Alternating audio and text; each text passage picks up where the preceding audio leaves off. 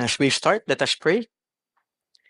Lord, once again, maraming salamat, O Diyos, sa inyo pong biyaya na kami po ay naririto muli upang mag-aral ng inyong salita. At aming dalangin na sa aming pakikinig, Panginoon Ama, at pag-aaral ay patuloy po ninyong buksan ang aming mga puso sa katotohanan, sa inyong pong panawagan ng kaligtasan, at tunay na ang bawat isa, O Diyos, ay tumugon ng may pananampalataya kay Kristo Jesus, pagkilala sa kanyang kabanalan, pagkilala, O Diyos, sa kanyang ginawa para sa aming kaligtasan, at tunay na kami ay sumunod lamang sa kanya, lumago kay Kristo, at tunay kayong maluwalhati. Aming dalangin ang inyong pong patnubay. Ito pong aming dalangin sa pangalan ni Jesus. Amen. Okay? Sa ating mga naaral na sa Gospel of Luke, ating nakita na ang preaching ay ang pangunahing tuon ng ating Panginoong Jesus sa kanyang ministry. So paulit-ulit po tayo sa bagay na yon. Kay patuloy at paulit-ulit na hinahayag ni Jesus na siya ang Messiah na ipinangako ng Diyos na narito na ang kaligtasan ng sanlibutan, ang tanging pag-asa ng taong makasalanan. Okay? Hinayag din ni Jesus na siya ay Diyos. So, sa kanyang ministry, sa kanyang preaching, kanyang patuloy na hinayag na siya ay Diyos, at ipinakita niya ito sa papamagitan ng kanyang mga ginawa. So from our study dito sa Gospel of Luke, nakita natin ang kanyang pagiging Diyos sa kanyang pag-cast out ng unclean spirit, okay? Yung pag-heal ng ating Panginoong Jesus sa mother-in-law ni Peter, okay? At the same time, yung pag-heal niya sa maraming mga may sakit at that time, bahagi na rin ito yung miraculous catch ng fish na kanyang ginawa at that time. Okay? At yung panghuli na ating inaral in showing doon sa kanyang pagiging Diyos ay yung kanyang pag-heal doon sa paralyzed man. Okay? So itong taong ito ay walang kapasidad na makakilos pero siya ay pinagaling ng ating Panginoong Jesus, kanyang pinalakad. So wala pong nakakagawa ng mga bagay na ito kundi tanging ating Panginoong Jesus lamang. At ito ay nakabase lamang, kung ating titignan doon sa pagkapakita ni Jesus ng kanyang pagiging Diyos, dito lamang sa ating inaral in the Gospel of Luke. Okay? At kung ating pong babasahin ang lahat po ng Gospels, ating pong masasaksihan na napakarami pong ginawa ng ating Panginoong Jesus na nagtuturo sa atin na siya ay Diyos. At mahalaga na makita natin yun. Okay? Kung inyo maalala yung huling itinuro ni Brother RG na paano malalaman na ikaw ay may assurance of your salvation? Unang-una ay ang tamang pagkilala kung sino si Jesus Christ. So kung mali ang iyong understanding of who Jesus Christ is at hindi biblical ang iyong pananaw kay Kristo Jesus, walang assurance of salvation. Wala ding kaligtasan. So importante na as we study the Gospels, atin siyang tunay at mas lubos na atin siyang nakikilala. At mahalaga po yun. Hindi ko naman sinasabi na makikilala nyo kagad ng buo si Kristo in a way na isang basa lamang ng 4 Gospels ay maunawaan nyo. Kundi may patuloy na paglago sa ating pagkilala kay Kristo Jesus. So, ang kanyang pangunahing ministry is the preaching of God's Word. Siguro yung pinakamahalaga na panawagan ni Jesus ay ang kanyang pagtawag sa kanyang pagtuturo sa mga makasalanan na sila ay magsisi at sila ay manampalataya sa kanya at kanilang matanggap ang kaligtasan na nagmumula lamang sa ating Panginoong Jesus. Kaya nga sabi ni Jesus in Luke 5:32, I have not come to call the righteous but the sinners to repentance. May panawagan palagi ang ating Panginoong Jesus sa bawat pagtuturo niya.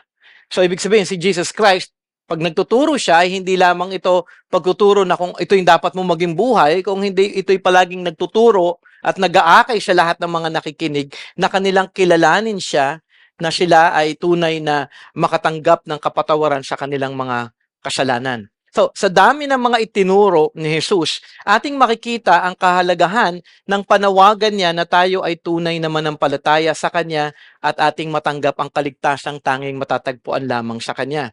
Kaya naman siguro napakahalaga ng katotohanan na hinayag ni Paul in Romans chapter 10 verse 17. Sabi po doon, so faith comes from hearing. Okay? And hearing through the words of Christ. So, ibig sabihin, kung ako magkakaroon ng tunay na pananampalataya na makakapagligtas or saving faith, kailangan kong mapakinggan ang katuruan ni Jesus, ang kanyang panawagan. Hindi ito tamang, okay, sige, napakinggan ko yung gospel, so may pananampalataya na ako. Hindi po ganun lamang yun. Kung hindi pakikinig dun sa mga katotohanan na hinahayag ng ating Panginoong Jesus patungkol sa kanyang sarili, patungkol sa ating Panginoong Diyos, at patungkol sa katotohanan kung sino po tayo sa harapan ng ating Diyos. So ang pananampalataya ay hindi ito nagmumula sa ating mga sarili, kung hindi ito ay nagmumula sa pakikinig ng mabuting balita o ng gospel. Kung katanungin ko kayo, kung kayo ay Christian, sa unang pagkakataon lamang ba nung inyong marinig yung gospel, naging Christian kagad kayo? Actually, hindi. It took time. It took time. It took years. Diba? Kasi as you continue to hear, the more mo mauunawaan siya. Okay? Pwede naman din, sa first time, hindi ko alam, wala pong nakakilala pang gano'n, ano? Yung unang pagkilala pa lang, naunawaan niya kagad lahat, pero progressive po siya. Okay? Patuloy po itong napapakinggan. Iba, napakinggan na dati, nag-stop, tapos after a couple of years, napakinggan niya ulit, tapos nakita niya, dun niya lamang ito naunawaan. Okay? So, importante yung patuloy na pakikinig ng salita ng Diyos upang tunay na ikaw ay magresulta ito ng tunay na pananampalataya na nakakapagligtas. Maaari nga ang iba sa inyo, nag-profess na kagad ng Christian noon, pero sa kanyang patuloy na pakikinig, bigla niyang maiisip, ay, hindi pala ako Christian dati. Ngayon ko lang talaga naunawaan ang salita ng Panginoon. Kaya importante ang pakikinig. Importante na parang hindi natin baliwalain yung gospel na parang as is lamang siya, kung hindi maunawaan natin ang kahalagahan nito talaga sa ating buhay. Okay? So, ito ang mabuting balita na hinahayag ng ating Panginoong Diyos, kaligtasang hatid niya para sa atin. Ang mabuting balita ay patungkol sa kanyang perpektong buhay, na ang hatid ay righteousness para sa atin na wala nito. Okay? Ang mabuting balita ay patungkol sa kanyang kamatayan, na ang hatid ay kapatawaran ng ating mga kasalanan. Na ang mabuting balita ay patungkol sa kanyang resurrection, na ang hatid ay buhay na walang hanggan dahil tunay na napagwagian na ni Jesus ang kamatayan. So the gospel pertains to the life, death, and resurrection of Jesus Christ. So, importante natin na mabuo yun sa ating pag-unawa. Ipanalangin natin yun. Ano nga ba ang kahalagahan ng buhay ni Jesus? Ano nga ba ang kahalagahan ng kanyang kamatayan? Ano nga ba ang kahalagahan ng kanyang muling pagkabuhay? So, ngayong umagang ito, nating sisimulan ang ating pag-aaral patungkol sa Beatitudes. So, muli, nagtuturo si Jesus patungkol sa kanyang sarili. So, preaching ministry ang ating Panginoong Jesus. Yung Beatitudes po dito sa Luke chapter 6 ay condensed account po ng Sermon on the Mount na mababasa po natin sa Matthew chapter 5 to chapter 7. Okay? Pero itong mahalaga na maunawaan ninyo na ang Sermon of the Mount ay condensed na rin dahil kung inyong babasahin ang Matthew chapter 5 to 7, mga ilang minutes nyo ito sa tingin nyo mababasa? Chapter 5 to 7. Around 10 minutes lamang po. Ibig sabihin, Brother J, ang iksi pala magturo ni Jesus. Bakit ikaw ang haba? Okay? So, hindi po. Actually, condensed po lahat yon. Sinamarize na yon. For sure, mahaba po yung pagtuturo ng ating Panginoong Jesus. Ini-explain niya. At sa atin, sa ating pakikinig ngayon, ito ngayon ay yung mga bagay na mahalaga na dapat nating maunawaan. Okay? Atin ngayong simulan yung ating pag-aaral in Luke chapter 6. Muli, ito pagtuturo ng ating Panginoon at magiging 2 parts ito sa ating pag-aaral. Kaya ating basahin po yung ating passage this morning in Luke chapter 6 verse 20 to 26. Okay? Sabi po doon, and he lifted up his eyes on his disciples and said, "Blessed are you who are poor, for yours is the kingdom of God. Blessed are you who are hungry now, for you shall be satisfied. Blessed are you who weep now, for you shall laugh. Blessed are you when people hate you and then they exclude you and revile you and spurn your name as evil on account of the Son of Man. Rejoice in that day and leap for joy, for behold, your reward is great in heaven, for so their fathers did to the prophets." Verse 24, "But woe to you who are rich, for you have received your consolation. Woe to you who are full now, for you shall be hungry. Woe to you who laugh now, for you shall mourn and weep. Woe to you when all people speak well of you, for so their fathers did to the false prophets. So yung ating outline ay hatiin po natin sa dalawa, the blessed and the cursed. Kaya aralin lamang po natin yung unang bahagi, okay? The blessed in verses 20 to 23. Sabi nga ni John MacArthur regarding the blessed and yung kanyang cursing o yung woe, sabi doon, and I quote, Macarius, blessed, refers to those in the most beneficial, favored position who experience the true well-being that comes from a right relationship with God. Okay? Favored position.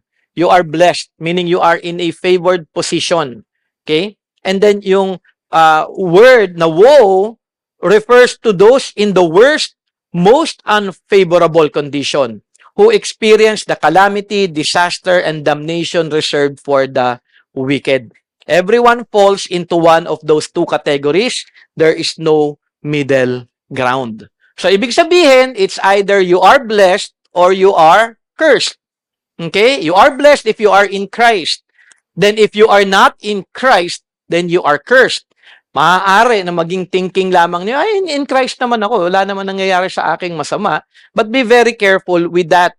Kailangan po natin ngayon makita kung ano nga ba talaga ang isang taong blessed. Kasi marami pong mga pananaw ang mga tao, especially in the Sermon of the Mount, marami po silang sariling idea. Okay? O minsan they will self-profess na, oo ko, blessed ako, ito mga to, totoo ito sa aking buhay. Pero mahalaga na makita po natin at maaral po ito. Okay? And to be honest, in a lot of way, maraming mag-akala na sabi ko nga, sila ay blessed, but in truth, they are cursed. Kaya mahalaga na inyong i-assess mabuti ang inyong mga puso. I-check po ninyo. Okay? Kaya nga palagi ko sinasabi, hindi siya, ang salvation, ang faith natin is not just a profession. It's something that must be seen in your life. Ibig sabihin, may evidence, may paglago. Kaya hindi siya yung tamang, parang katulad ng inaral namin kahapon sa Mencel, yung matured, yung understanding ng matured, akala nila andun na. Hindi, ang mature is growing. Okay? Growing. So, ibig sabihin, hindi tayo perfect, pero patuloy po tayo na binabago ng ating Panginoong Diyos na maating maiayon ng ating buhay kay Kristo Jesus. So, ang description ba na aking aralin sa turo ni Jesus, kung ating titignan, ay makikita nga ba ito sa aking buhay? Okay? O nagpapanggap lang ako na ako ay na kay Jesus? Sabi nga, everyone falls into one of those two categories. There is no middle ground. Kaya importanteng i-check po natin. So, aralin po natin yung the blessed. Okay? Hindi ko nababasahin ulit, pero sabi nga sa ating passage, and he lifted up his eyes on his disciples and said, Blessed are you who are poor, for yours is the kingdom of God, and so on up to verse 23. So, kung ating titignan, sino nga ba yung tinuturuan ng ating Panginoong Jesus dito sa Sermon on the Mount? Okay? Sa context po dito, yung mga apostles na naroon, yung mga uncommitted, curious crowd na, alam mo, nakikiosyoso lang, dahil ang daming tao dito din ako, makikinig din ako, at yung mga disciples. Kaya may mga tao na naroon na tunay nang sumusunod kay Kristo Jesus. Kumaga, nandun sila, nagpa-follow na sila dahil nakita nila yung kahalagahan ng mga itinuturo ng ating Panginoong Jesus. At mahalaga, ang mga ituturong katotohanan dito ni Jesus dahil ito ay malinaw na characteristics na madaling makita dapat sa buhay ng isang tao. So ano yung mga characteristics daw ng isang taong blessed? Okay? Yung unang characteristic, blessed are you who are poor, for yours is the kingdom of God. Mabalikan lang natin ulit yung ibig sabihin ng blessed. Okay? Makarios refers to those in the most beneficial, favored position who experience the true well-being that comes from a right relationship with God. Ikaw ay in favored position kung ikaw daw ay poor. Okay, so yung mga mayayaman, ay maraming mga teaching po na ganun na parang sinasabi nila, mahirap ako, so favored ako. Bakit ganun? Bakit favored ako pero mayaman? Hindi naman ako, mahirap naman ako. Okay? Hindi po ibig sabihin nito ay materially poor. Okay? So, hindi nyo kailangan i-dispose yung inyong kayamanan. Okay? At marami kasi po yung nagkakamali sa kanilang pag-unawa sa passage na ito. Poor means to cringe and cower in fear. It describes those who are utterly destitute and entirely dependent on others for support. So, nakikita niya yung kanyang kawalan at ang aking pangangailangan sa Diyos. Yun yung poor. Yun yung description dito ng ating Panginoong Jesus. Okay? Muli, hindi ito tumutukoy sa isang taong poor materially. Okay? Ito ay katayuan ng isang tao na kinikilala niya ang kanyang kawalan. He is nothing. You are nothing. We are nothing. Yung isang blessed person is a person who sees himself as nothing. Kaya nga, di ba, mahalaga yung inaral natin last week, yung pride and humility. Kung ang tingin mo sa sarili mo ay ang galing mo, alam mo, yung privilege ka, alam mo yung parang ang thinking mo ay ikaw yung tao na okay, then there's a problem.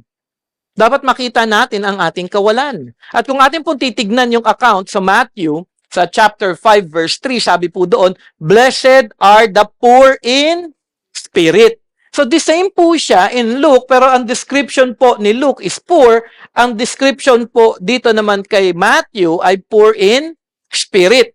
Okay? For theirs is the kingdom of heaven. Dito mas malinaw yung description na ibinibigay ni Matthew. Poor in spirit. Siguro mahalaga na maunawaan ninyo na ang Sermon of the Mount ay hindi po ito statement patungkol po sa ethics o morality. Kundi ang tuon nito ay ang kaligtasan ng isang taong makasalanan. Ang tuon po ng Sermon of the Mount is salvation.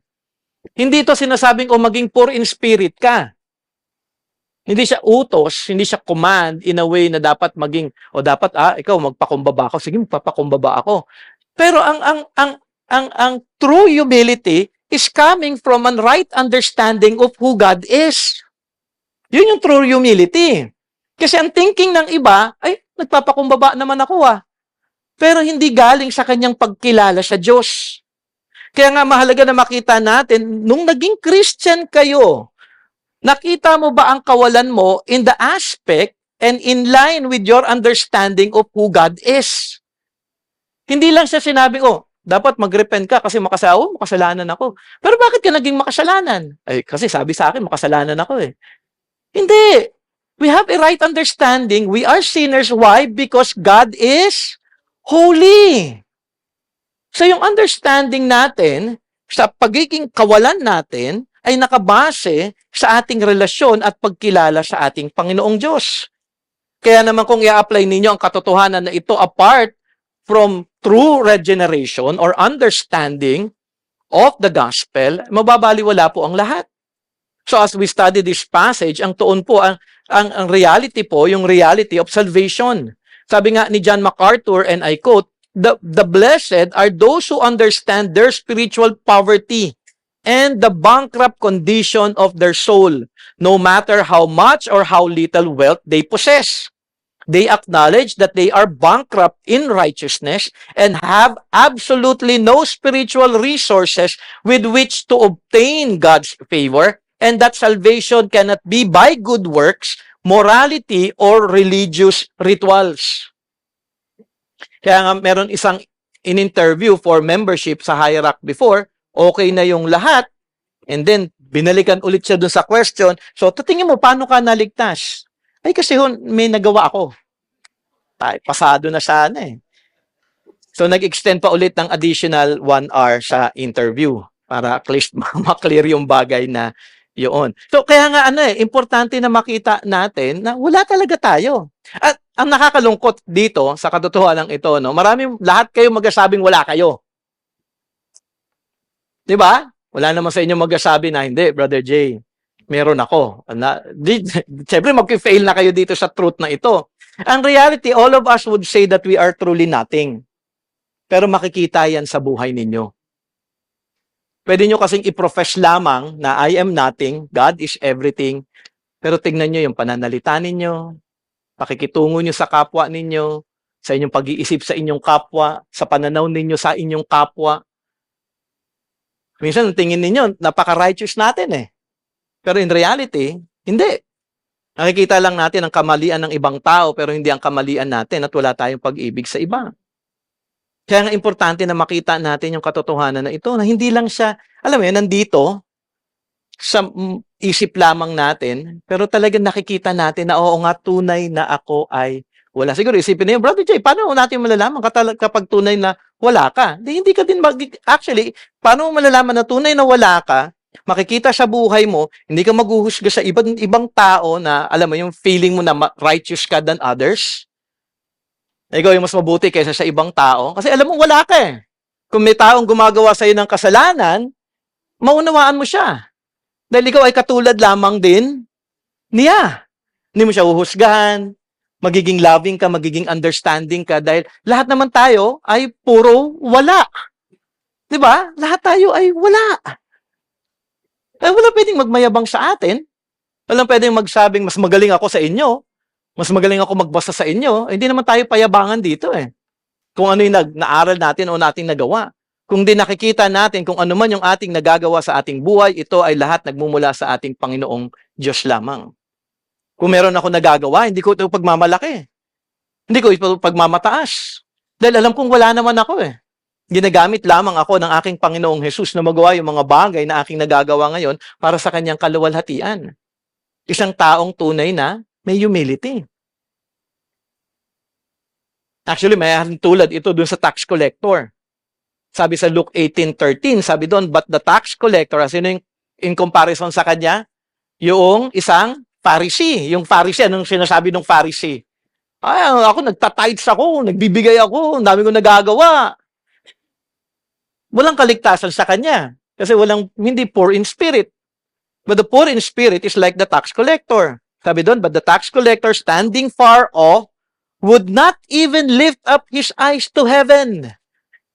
Alam mo tunay, nahihiya ako, Lord. Puno ako ng kalungkutan dahil kilala kita, banal ka, at ako tunay na wala. But beat his breast saying, God be merciful to me, a sinner. May tamang pagkilala sa kanyang sarili na siya ay makasalanan. And be reminded that we are all sinners saved by. Pero kung mamuhay tayo, parang ang feeling natin, di ba? If you're going to be honest with yourselves, the way we live our lives, parang thinking natin meron tayong nagawa. The way we look at other people, the way we look at other religion, but in reality, we are all nothing, saved by grace. May description nga dito na ibinigay ang ating Panginoon in Luke chapter 4, verse 18 na ating naaral before. Sabi doon, the Spirit of the Lord is upon me, ito yung teaching ni Jesus Christ sa synagogue, because He has anointed me to proclaim good news to the poor. He has sent me to proclaim liberty or freedom to the captives and recovering of sight to the blind, to set at liberty those who are oppressed. So hinahayag ni Jesus ang gospel sa mga taong poor, captives, blind, and oppressed. Nakita mo ba na ang sarili mo, ikaw ay poor, captive to sin, blind to the truth, and oppressed by sin? Have you seen that? Ang katanungan ay, ikaw ba ang taong ito? Ang nakakalungkot, marami magsasabi, oo, pero ang buhay pa rin ay taliwas doon sa katotohanan na hinahayag ni Jesus. Kaya nga napakahalaga na ating inaral natin last Sunday about pride and humility. True growth in Christ will always start with a heart of humility. Without humility, walang understanding of the gospel. Without humility, walang growth o paglago kay Kristo Jesus. Kasi araw-araw makikita mo na ikaw ay dapat na wala. Kaya nga blessed are those who are humble. Ikaw ay tunay na blessed because you will receive, sabi nga, humility is equals to wisdom. Di ba? Pride equals to distraction.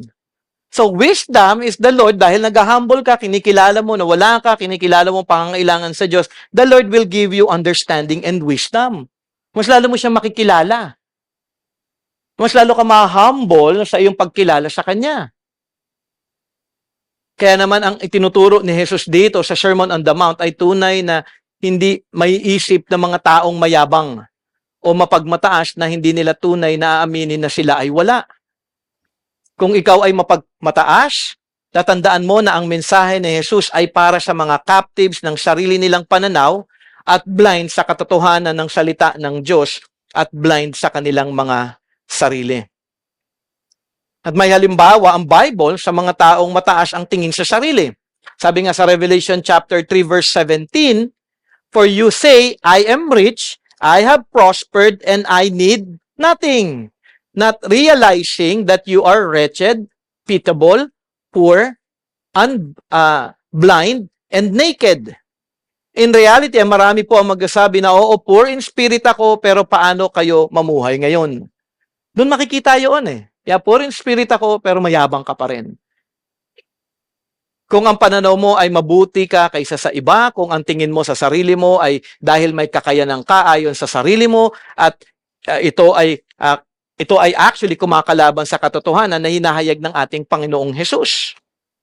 Kundi para sa isang mananampalataya, kanyang kinikilala ang kanyang sarili na wala, hindi self-pity baka mamaya self-pity ang thinking ninyo. Okay? Kundi ito ay puso na kinikilala na ang lahat ay tunay na biyaya lamang ng ating Panginoong Diyos. Wala akong pwedeng ipagmalaki na kabutihan, karunungan na alam ko ay galing lamang sa Kanya. Kundi siya ay may puso na nagpapakumbaba, na kinikilala ang kabanalan ng Diyos sa bawat araw at ang katotohanan, na kinikilala ang sarili na siya ay makasalanan at nangangailangan ng awa, biyaya at kapatawaran ng ating Panginoong Diyos. At ito ay makikita sa buhay ng isang tao na tunay na poor in spirit. Kung paano siya makitungo sa kapwa, na siya ay may pag-unawa sa kahinaan ng iba, siya ay mapagpatawad, puno ng pag-ibig, hindi mapaghusga, may puso na nakadepende sa Diyos at buhay na patuloy na nakaayon sa buhay ni Kristo Jesus. Hindi ko sinasabing perfect life kung hindi ito ay buhay na lumalago sa mga katotohanang ito. You are growing unti-unti in your life. Okay? Mahalaga na nakikita natin yun. Sa bawat araw, tunay nga ba ako na lumalago sa aking pag-ibig sa Diyos at sa aking kapwa? Tunay nga ba akong lumalago na nakadepende sa Diyos sa lahat ng aking ginagawa? Na kung ano man yung aking nagagawa o aking na-accomplish, kinikilala ko na ito ay dahil lamang sa aking Panginoong Diyos.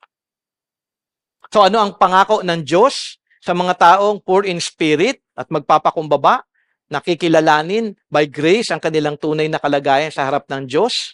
Ang promise, sabi sa Luke, theirs is the kingdom of God. Ang statement na ito ay in present tense, ibig sabihin, hindi ito para sa hinaharap lamang natin o future. Kundi, kung ikaw ay nagpakumbaba at nanampalataya kay Jesus at nagsisi sa iyong kasalanan, ngayon pa lamang, nasa iyo na ang blessing ng kaharian ng Panginoong Diyos. Bahagi ka na ng kingdom of God if you are a Christian. Sabi nga sa Romans 14:17, "For the kingdom of God is not a matter of eating and drinking, but of righteousness and peace and joy in the Holy Spirit." So, ang mga katotohanan ito ay atin ang nararanasan ngayon. Di ba? Nung naging Christian ka, nagkaroon na ng righteousness. Dati hindi ka righteous. You are now living rightly before God. May desire ka na na makalakad ng tama sa Kanya. So, you're already experiencing the kingdom of God. At dapat na-experience nyo ito, huwag yung antayin na, yung righteousness naman, darating na, in heaven naman, pag magiging righteous na ako. Hindi ganun.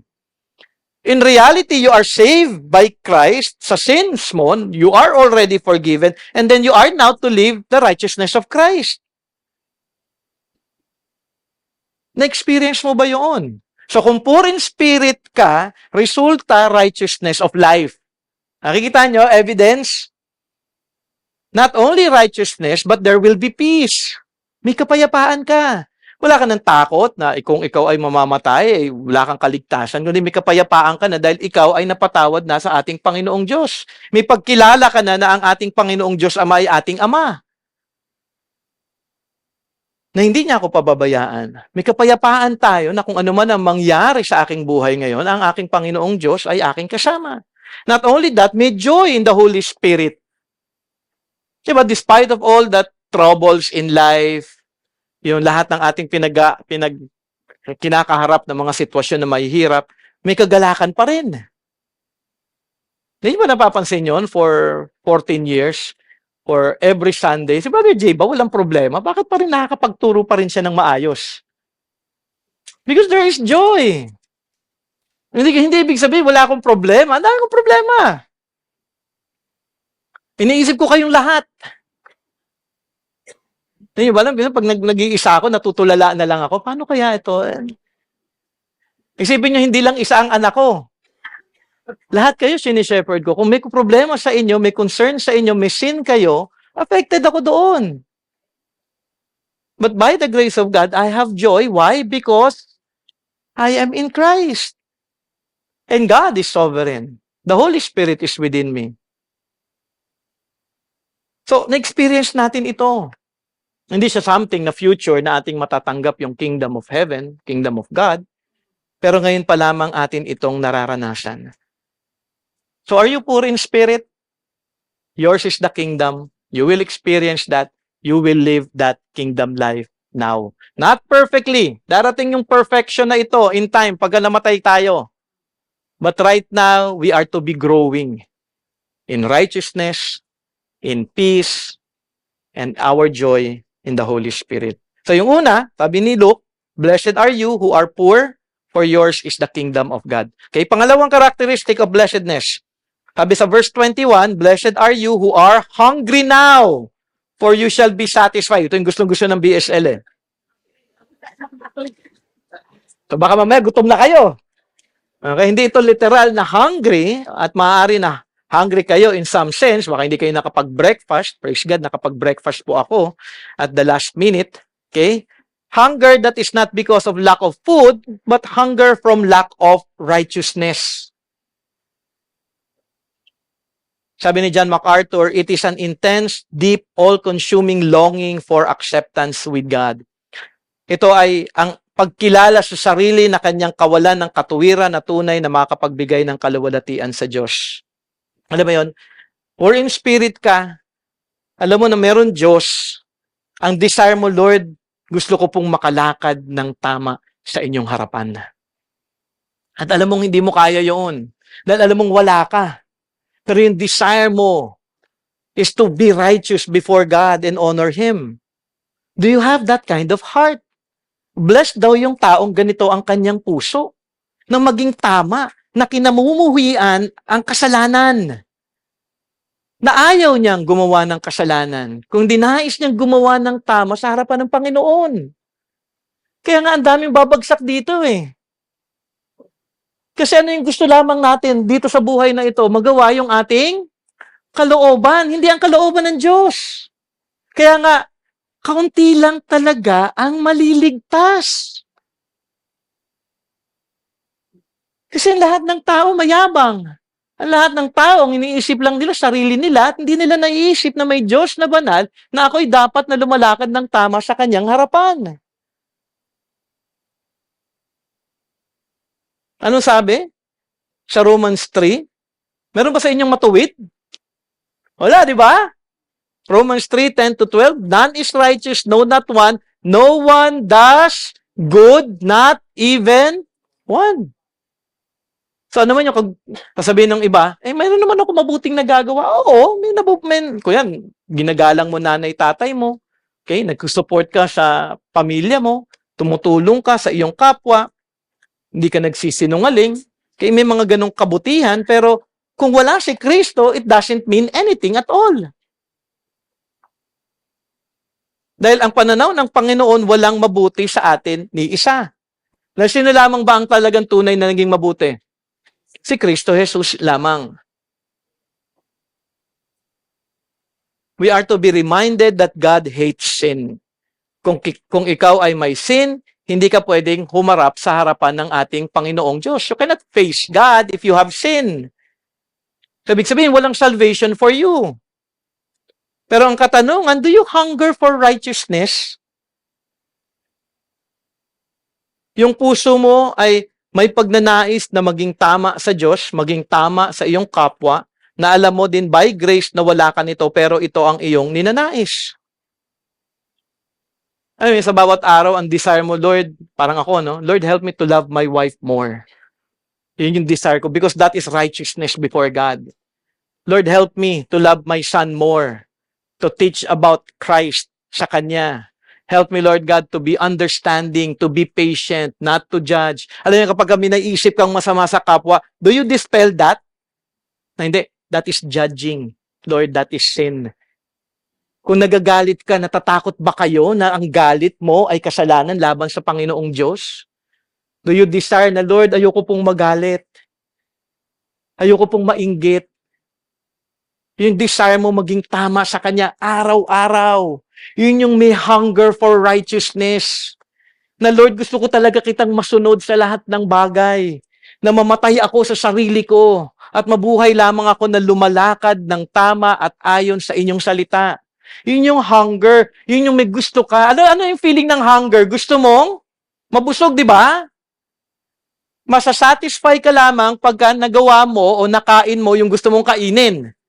'Di ba? Kapag kunyari daw, anong cravings nyo ngayon? Kunyari daw, ang cravings mo lechon, tapos binigyan ka lang ng isda. Anong feeling mo? Hindi ka satisfied.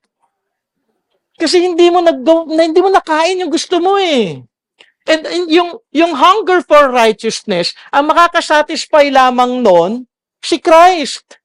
Dahil pwede ko na ngayon magawa ang righteousness na requirement ni God para sa akin dahil kay Kristo, dahil ako'y napatawad na, ako'y isa na sa Kanya, pwede na ngayon ako makalakad sa Kanya. Sa Kanyang harapan na nakakasunod. So yung satisfaction ko ay na kay Christ, ngayon pwede ko na magawa ang kalooban ng Panginoon. Kung nagagawa ko man, and if I'm able to do what God wants me to do, it is only because of Christ. Kasi kung inyo pong titignan, blessed are those who hunger, they will be satisfied. If you are not hungering for righteousness, at yung, gagawin ko lang ito, gagawa ko righteousness. In the end, wala itong bunga. So mahalagang atin pong i-check yung ating mga puso. Maraming tao ang kanilang gagawin ay ang maging mabuti on their own. Kaya ang tingin nila sa Diyos, gumawa ako ng mabuti, at dapat tanggapin ako ng Panginoong Diyos. We are to be reminded that God only accepts people who have truly obeyed Him perfectly. At wala tayo nun. Sino lang meron nun? Ang ating Panginoong Jesus. Kaya nga, faith. I have faith in Christ because His righteousness fulfills yung kawalan ko. At if I have faith in Christ, then I will be righteous before God. Not because of my righteousness, but because of the righteousness of Jesus Christ. Do you believe that Jesus Christ is your righteousness? Kaya nga wala kang pwedeng ipagmayabang eh. Kasi ang gumawa talaga ng lahat ng kautusan ng ating Panginoong Diyos ay tanging si Kristo Jesus lamang. Wala tayong bahagi dito. Ang naging bahagi natin, yung pagiging makasalanan natin. Kaya nga meron siyang transaction eh. Na yung tinatawag na double imputation na aking ibinigay ang aking kasalanan kay Kristo, tinanggap ni Kristo ang aking kasalanan, pinagbayaran niya to sa krus ng Kalbaryo, siya ang nagbayad ng aking mga kasalanan at binigay naman ni Kristo Jesus ang kanyang katuwiran sa akin. Na dahil wala ako nito. Kung aking aaminin, ako'y magpapakumbaba, nakikilalanin na si Kristo nga ang tunay kong katuwiran. Kaya nga, faith is not just believing, but I believe that Christ is my righteousness. And because Christ is my righteousness, hindi ibig sabihin nito, righteous na naman ako kay Christ, then I can do anything that I want. Hindi ganon. Because you are already united in Christ, may righteousness ka na kay Christ. Gusto mo ngayon, sundan yung righteousness ni Christ. Then you will follow Christ's life. Kaya nga ang goal natin, di ba, tinuturo ni Paul, is for us to be conformed in His image. May following na kay Christ. Why do we follow Christ? Why meron joy tayo in following Christ? Because His is righteousness. Because if I will follow the righteousness and the life of Christ, tunay nga ako makakapagbigay ng kaluwalhatian sa Diyos. We are to be reminded that Jesus Christ Siya lamang ang tanging nakasunod sa Diyos perfectly. If you are hungry for righteousness, you will come to Christ and believe in His righteousness. Kaya nga sabi sa Matthew 5:6, Blessed are those who hunger and thirst for righteousness, for they shall be satisfied. Are you hungry for righteousness? Ikaw nga ba ay may puso na nagnanais na maging tama at maging katanggap-tanggap sa Diyos? O wala lang sa iyo ang kasalanan? Wala lang sa iyo ang kabanalan ng ating Panginoong Diyos. Ang isang tunay na may kaligtasan ay namumuhay hindi tuon ang sarili, kundi ang tuon ay kung siya ay nakakalakad nga ba ng tama sa harap ng Diyos. Every day do you have that hunger for righteousness? Na sa paggising mo, Lord, help me to obey you. Lord, help me to glorify you. Hindi yung iisipin mo, ano bang magandang gawin ko ngayon sa buhay ko? But in reality, marami po sa ating ganun. Rather than thinking on how we are to live our lives for the glory of God. So mahalaga po na inyo pong suriin ang inyong buhay. Ano yung pangako? You shall be satisfied. Okay? Yung word na satisfied in Greek literally refers to fattening animals which will eat until they cannot eat anymore. Okay? So parang busog na busog ka. In our passage, it means that we will be completely satisfied because we are filled, okay, we are full in Christ's righteousness. Hindi mo na kailangan pang isipin yung righteousness dahil natanggap ka na ng Panginoong Diyos dahil kay Kristo. Fulfilled na yon ni Christ para sa atin. Ang kailangan mo na lang gawin, ipamuhay ngayon yung buhay ni Kristo as you follow Him so that others may also see the life of Christ in our lives. Hindi mo pwedeng Christian ka tapos hindi nakikita si Kristo sa buhay mo. Yung satisfaction natin ngayon as we live our lives right now is that we fulfill Christ's life. Kaya nga hindi lang to profession of faith eh. Kaya marami magsasabing di ba? In the end, they know, sabihin nila, di ba, tatanggihan sila ng ating Panginoong Jesus. Maraming magpo-profess ng faith pero maraming hindi maliligtas. Kaya ngayon pa lamang, hanggat buhay pa kayo, i-check nyo na. May buhay ba kayo of righteousness of Christ? O namumuhay kayo in blindness? Feeling nyo okay kayo, pero hindi pala. Dahil punong-puno pala kayo ng kasalanan. So hindi ko nakikita buhay ninyo dito eh. Lahat kayo dito may halo eh. Ngayon eh. But how do you live your lives after church? How do you live your lives Monday to Saturday? May assurance naman eh. Diba? Ang ganda nga ng turo ni Brother RG. Kaya nagko-compliment kami. Right understanding of who Christ is. So yung faith mo dapat tama kung sino si Kristo, kung ano kanyang ginawa. Another assurance of salvation is love for God. Do you really love God? If you love God, you will hate sin. You will live in holiness. You will repent of your sin. You will follow Him. And then another assurance of salvation is your love for others. Do you love your neighbor? Do you love everyone? Ay, hindi ko to love kasi ang pangit niya. Ang pangit ng ugali niya. Then you are to love. Ano yung tawag ano yung command pa nga sa atin ni God in the Bible? Love your enemies. Even enemies nga, you are to love them eh. Ibig sabihin, then you are to love one another.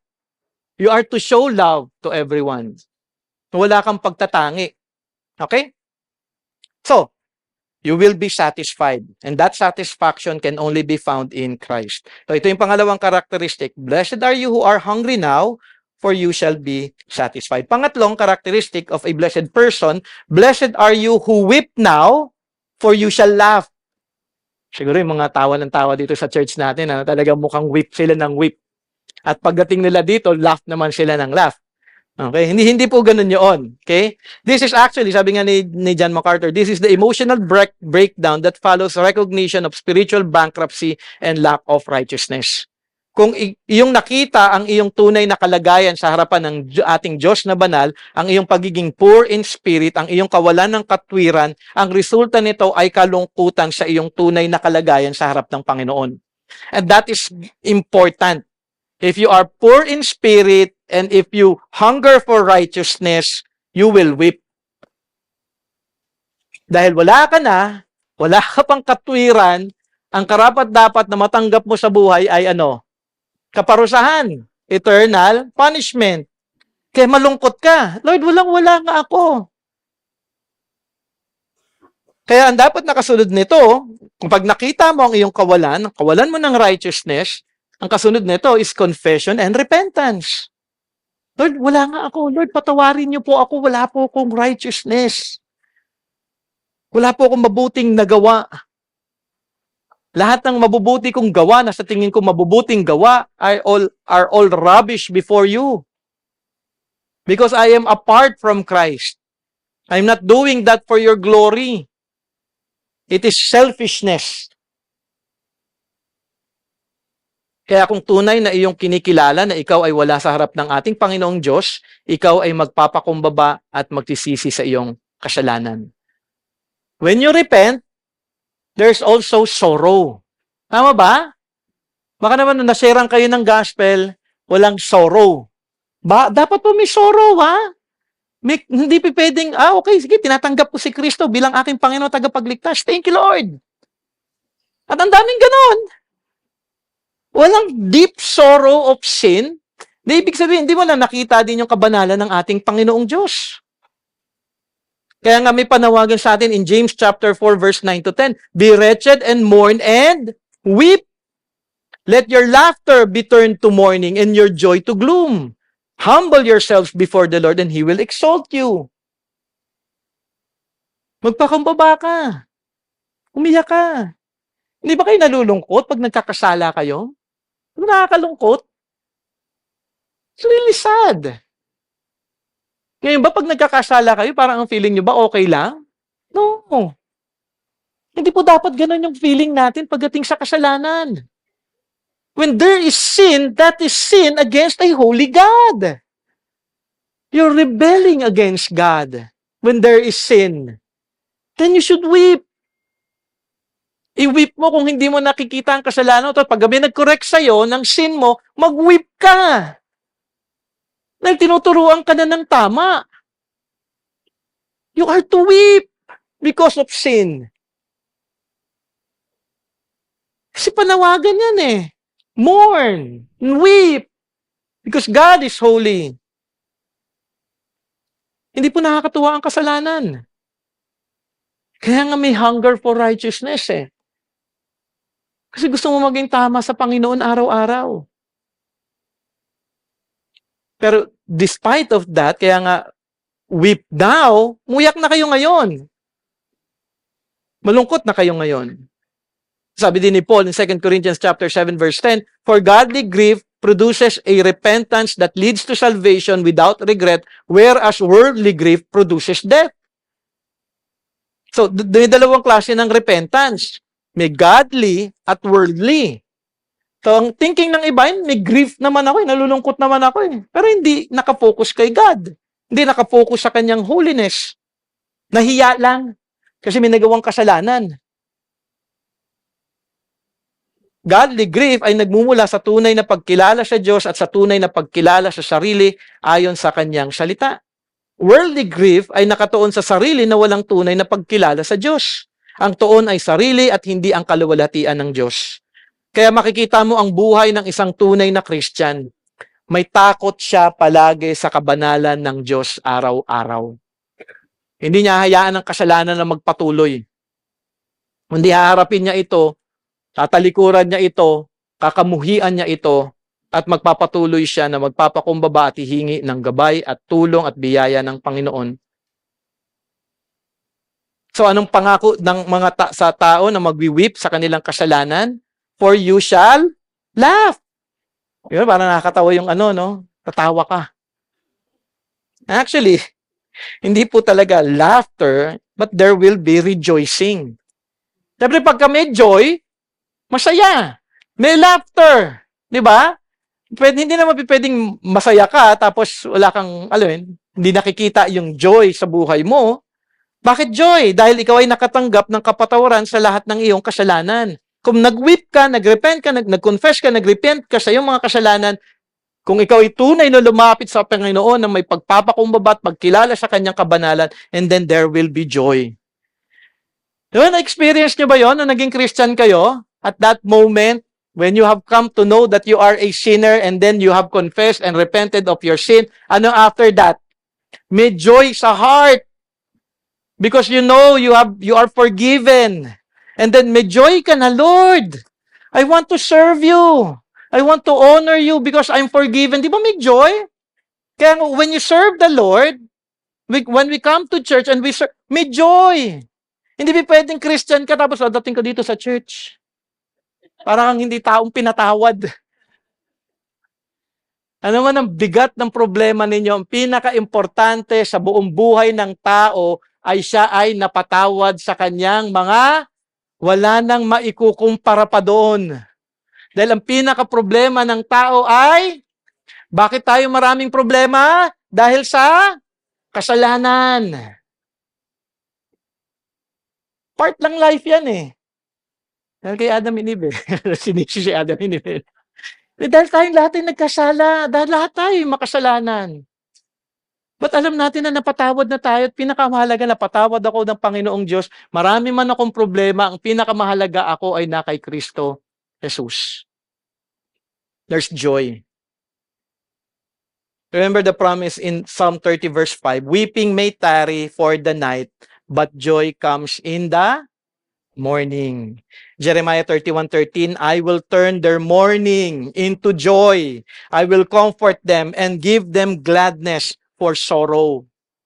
So if we sorrow now, if we weep now, there will be joy.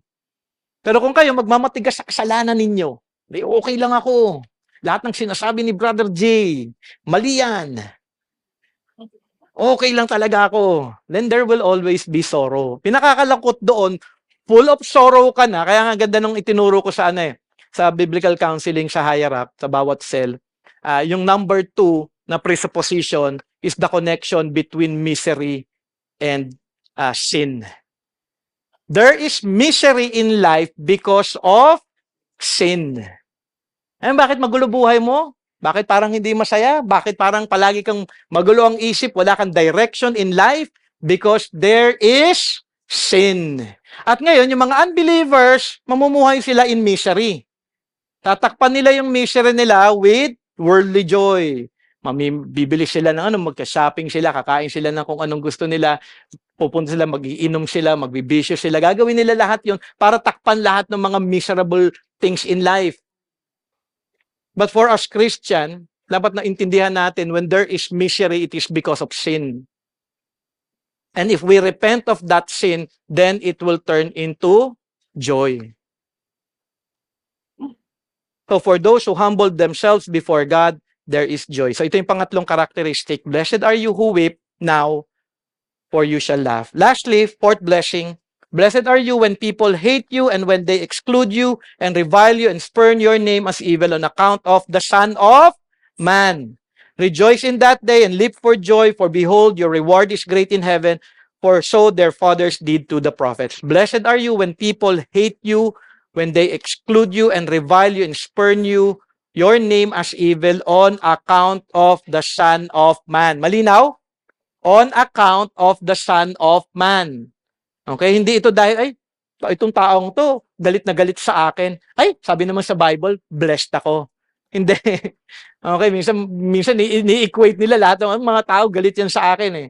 Dahil may ginawa ka kasalanan.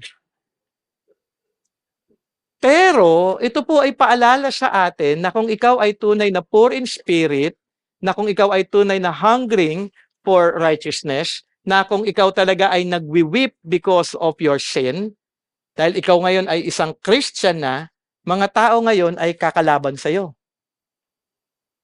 Mga tao, hindi nila tatanggapin ang pananampalataya mo. They will persecute you. Ang context dito ay ang ating faith in Christ. That you will be hated and reviled. Yung reviled po is insulto. Na-insulto na ba kayo dahil sa inyong pananampalataya? Were you mocked? Okay? Or they tell you that you are evil. Ang tuon nito ay persecution because of Christ. Na result ng tatlong unang blessing. Kung tunay kang nagpapakumbaba at kinikilala mo ang kawalan, magnanais na tunay na masunod at maluwalhati ang Diyos, may kalungkutan sa kasalanan, Lahat ng ito ay nakita mo ang kagustuhan kay Jesus, okay? Kasagutan kay Jesus, ikaw ngayon ay tunay na makakatanggap ng persecution. Dahil ligtas ka na, may persecution. At kung ipapamuhay mo ang kaligtasan na iyong natanggap kay Jesus, tunay ito magresulta ng persecution o pag-uusig sa mga tao na hindi nananampalataya kay Jesus. Sabi nga ni John MacArthur, and I quote, "The world's hostile reaction to Christ's followers is evidence that they are among the blessed, since the world does not reject its own." Kung ikaw ay tunay na tatayo sa iyong pananampalataya kay Jesus, mahalaga na maunawaan mo na ang tao na nananatili sa kasalanan at sa kanilang kabulagan, sa katotohanan at magiging laban sa iyong pananampalataya. Kaya nga ako kapag kami nagkikwento sa akin, Brother Jay, hindi nila naintindihan yung iyong sinasabi. Galit sila sa iyo. Dahil hindi nila nakikita ang katotohanan. Because when I stand in faith, yun yun. Kung nagalit sila, ibig sabihin sila ay makasalanan. Automatic Nakalagay yan sa scripture Kaya ako, hindi ako nagagalit sa mga taong, alam mo, gagalit sa akin because of what I teach. Because that is the truth. At pag ayaw ninyo doon sa itinuturo ko, then kayo ito. You are the people who persecute those who are the people of God. Ang pinaka nakakalungkot, if you don't experience persecution, maybe your faith is hidden. Ayun nakakalungkot dito. Kasi ang isang Christian talaga mapapersecute. Kung kunyari daw sa trabaho na lang, simpleng-simple. If you will stand in righteousness, kasi hungering for righteousness Kaya sabihin sa iyo ngayon, simple na lang, yung buhay ni Pastor Bob. Kwento naman to ni Pastor Bob Nung nag-work siya, sabi sa kanya ng boss niya, may tumatawag, ay sabihin mo wala ako. Kapag sinabi ni Pastor Bob na wala ako, anong ginagawa niya? Lying. So hindi pwede kung mag-lie for anyone. So ang importanteng makita natin dito is that we are to stand in the truth. Magalit man ang boss mo, may pinapagawa sa iyo ang boss mo na something na that will be against your faith, stand. Kahit na matanggal ka pa sa trabaho. Sabi mo, sobra Brother Jay, wala na nga makain yung buong pamilya ko Tapos gusto mo pang, so ang para sa iyo, magsisinungaling ka para lang sa pagkain ng pamilya mo? Hindi pa rin. Hindi ka talaga mape-persecute. Hindi mo mararanasan yung righteousness. Wala talagang hungering. Wala talagang understanding of who God is. Walang understanding of sin. Kasi you really have to stand in your faith. At marami na ako nakausap na ganyan Alam mo yun, yung talagang kailangan natin. Ang payo ko lang, then, do not sin against God. Ano yung hindi sin kay God, yun yung dapat mong gawin. Despite of na ano pa. Kapag kasinita ka, kasi po kasalanan po yan laban po yan sa pananampalataya ko. Ayoko pong magkasala sa Panginoon. Sana po maunawaan po ninyo yun. Sabihin mo yung faith mo. I'm a believer that God is holy and I will not dishonor my God.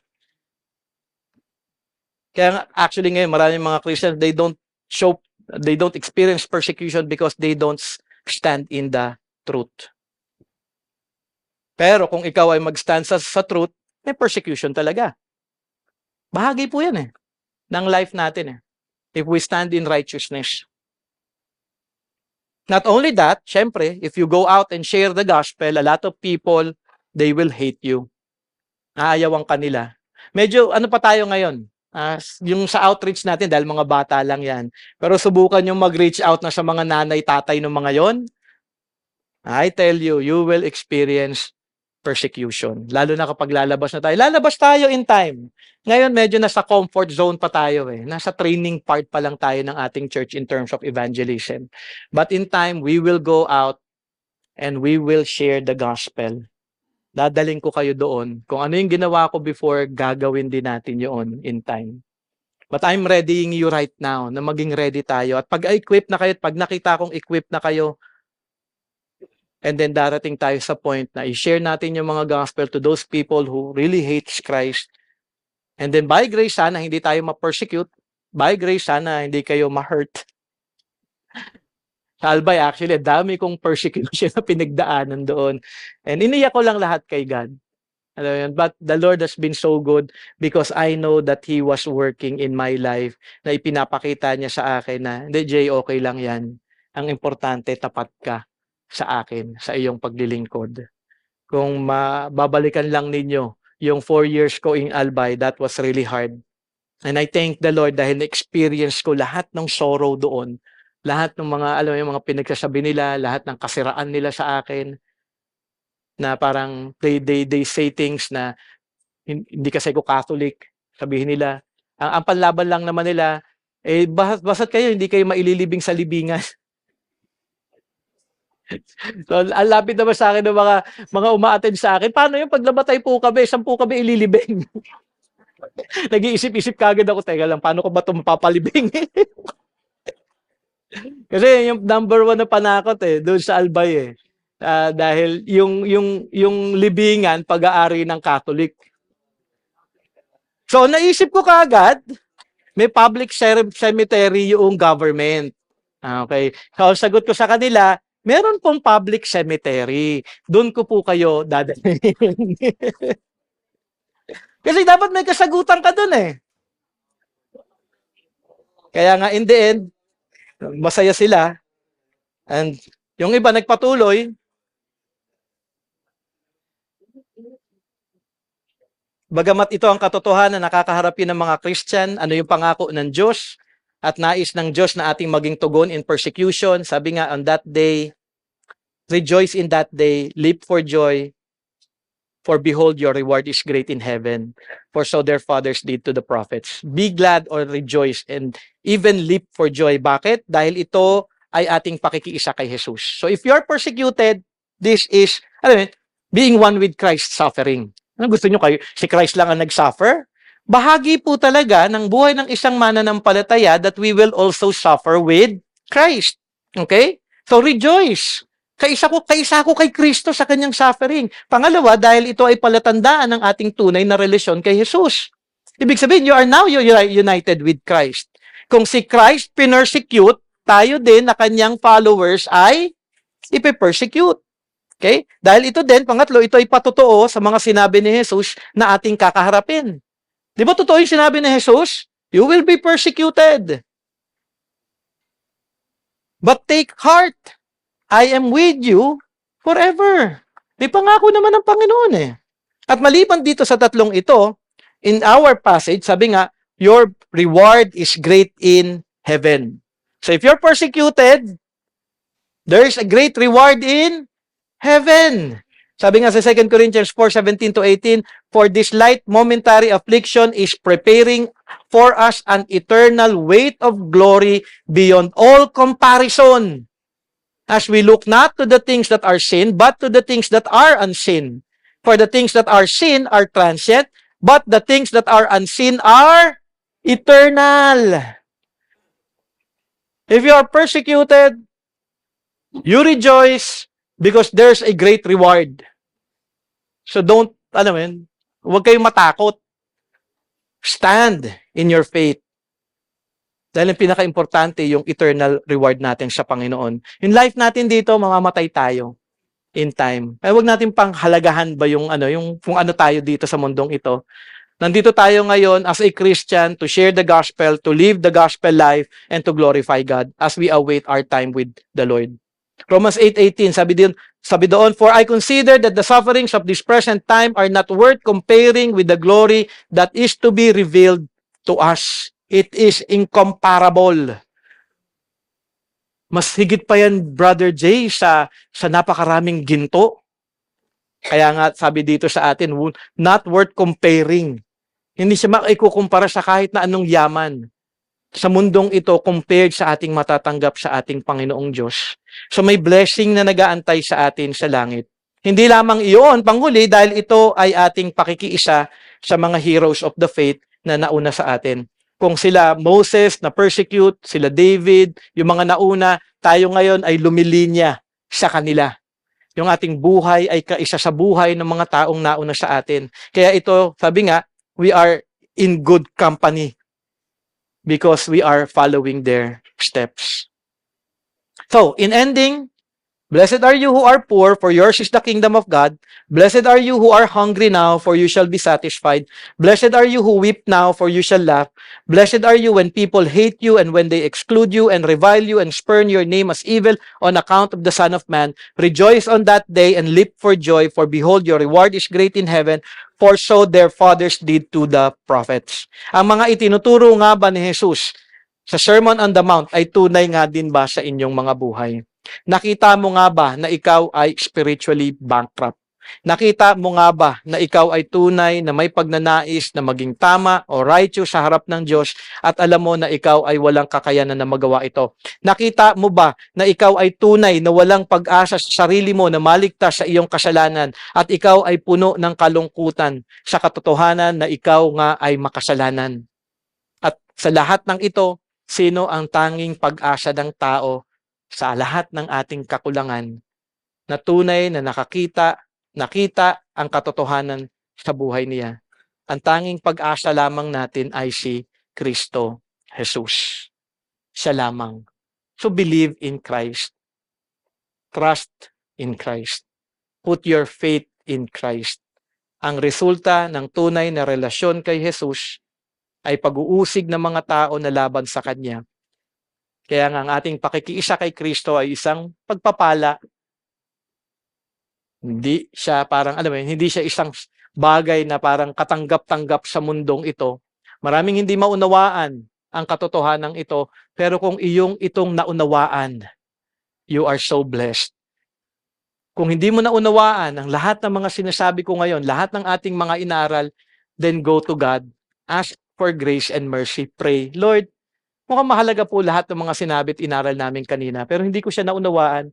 Then ask the Lord na, Lord, tulungan niyo po ako na maunawaan kung ano nga ba ang pagpapakumbaba, kung ano nga ba ang kasalanan, kung ano nga ba ang righteousness na wala ako. Tulungan niyo akong makita ang mga katotohanan na ito. At kung kayo ay tunay na magpapakumbaba, the Lord will give you wisdom to understand your true state in life.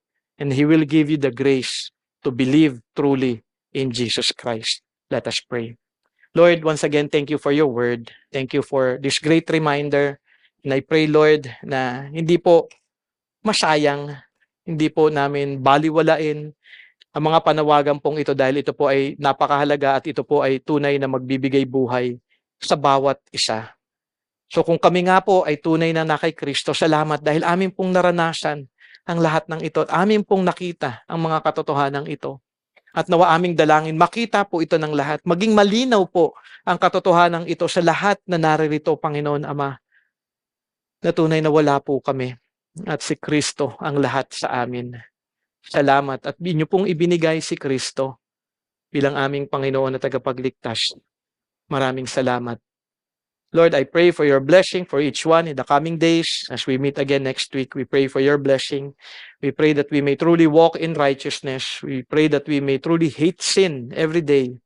We pray that we may truly live a repentant life. We pray that we may live a holy life that truly pleases you and honors you. Thank you, Lord God, because in Christ it is possible. Thank you because you have given us the Holy Spirit to enable us, Lord God, to do your will for the glory of your name. In Jesus' name we pray. Amen and amen.